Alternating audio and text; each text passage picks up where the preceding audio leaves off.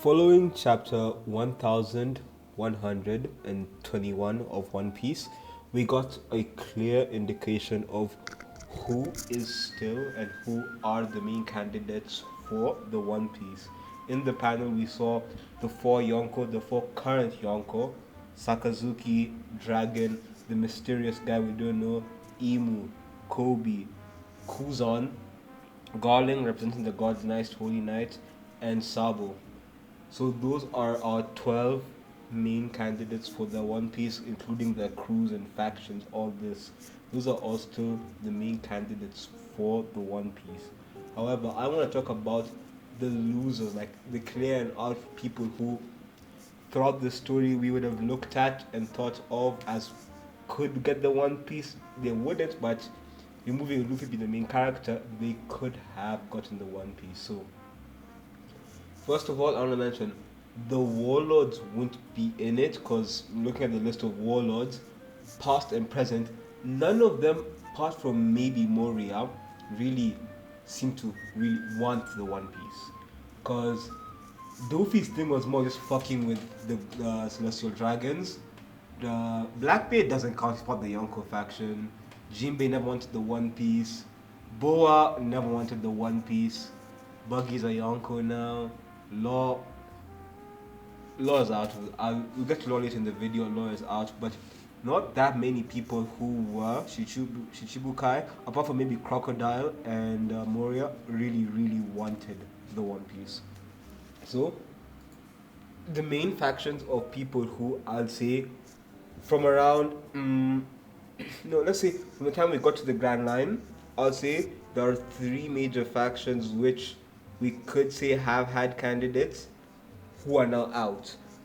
Warlords aren't included. The Marines government isn't included in this list because they're still technically, because Sakazuki and Imu and the God's Knights are still technically part of the race.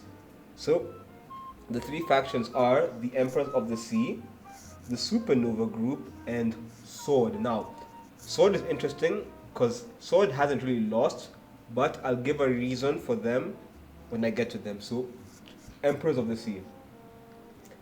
It's only just Kaido and Big Mom. Kaido and Big Mom are out of the race for the One Piece, unless we go by the theory of that stupid ass theory where Big Mom is still alive because she's indestructible as fuck, even though she's in a volcano.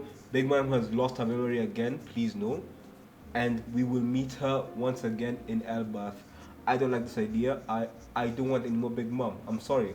We were with Big Mom in Totland. We were with Big Mom in Wano. I think we've been with Big Mom basically since Fishman Island. That's how long we've been. I know Punkaza, she didn't really do much, but then Dressrosa, she was kind of an important point in Sanji's side of the crew leaving. Big Mom is out. Kaido's out. Kaido's most part, he's out of the story for me. I don't see any way. Big Mom, the argument with her coming back in Elbaf, that one I don't want it, but it makes sense. Kaido is done. I don't see Kaido coming back.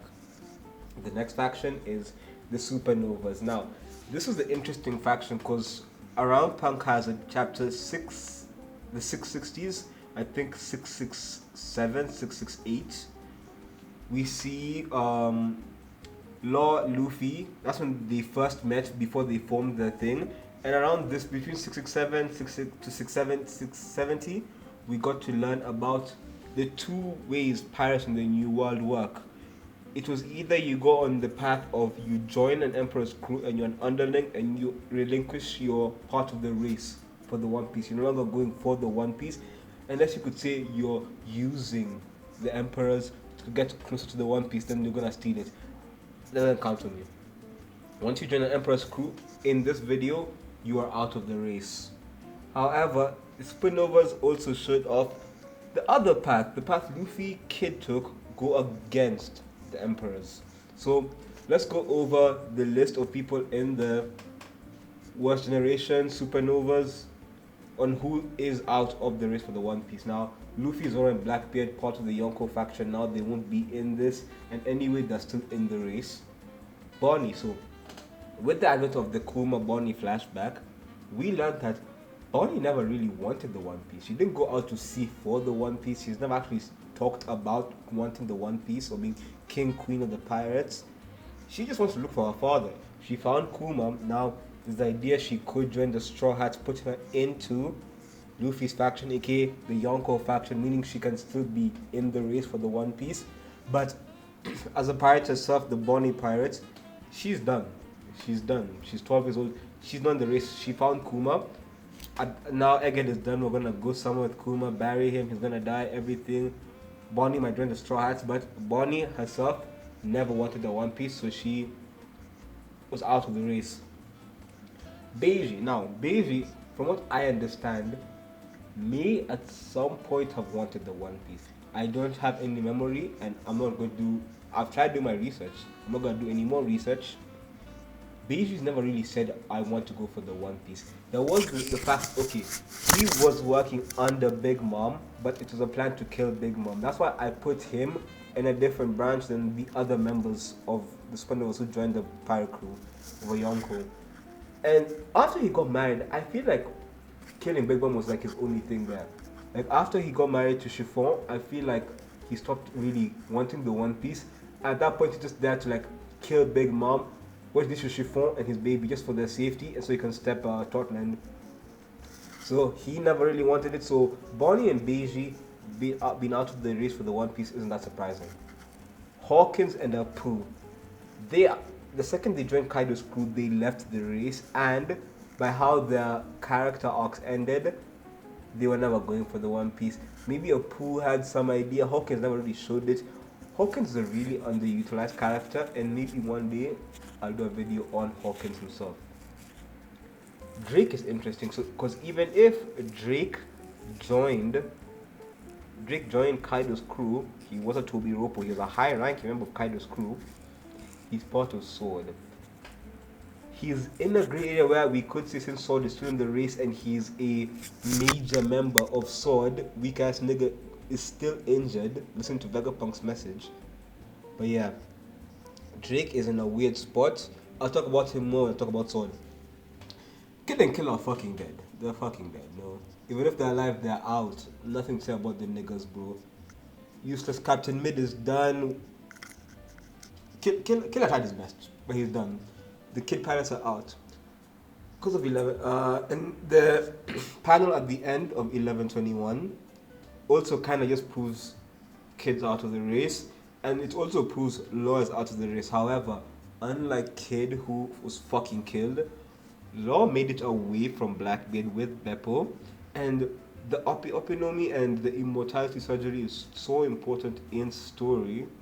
I feel like Law is out of the race, but we will see more of Law in story because of his fruits and his dream find about the will of D. Because Law, he wanted the One Piece, but not for like the reasons to become King of the Pirates. He was more like he wants to know about the will of D. So we'll leave it to that.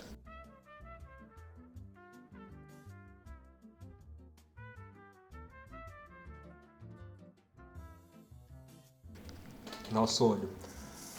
This is a prediction. This is a video about the losers in the race for One Piece, but I feel like Sword has to be out. With the fact that one of the highest ranking members, Drake, was very underwhelming. Drake, feats wise, looks weaker than Bruce and what's his name? Kobe. He looks weaker. He's, to me, looking at him right now, he could be the third strongest member of Sword. Because let me land. He's a rear admiral, just like Prince Goose. However, Goose has shown when Garp's ship fell down with one of the recent anime episode, he's able to catch it. His clay things seem pretty much indestructible as long as he's awake, has stamina, can keep regenerating it. There's still the idea of seeing, because during the One Piece episode, I watched a bunch of reactions from like Saiv, King of Lightning, Brago. I think it was Saiv who said Goose could be a glass cannon where, like, yeah, his clay golems are strong, but he himself is weak. So fine.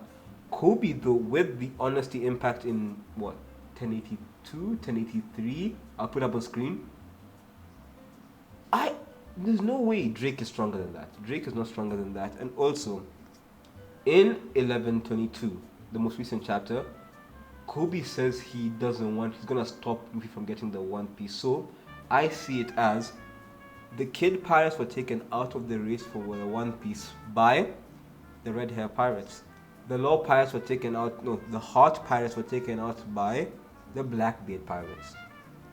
Cross Guild, I don't know who they can take out, but Cross Guild's in a weird place where like Buggy's the Emperor, but Mihawk and Crocodile are still there. So maybe they won't take down anybody else. Another person in the race, because in the race for the One Piece, I don't know who they could take out. Cross Guild, maybe the Rev, maybe the Rev, maybe Cross Guild and the Rev could fight, and the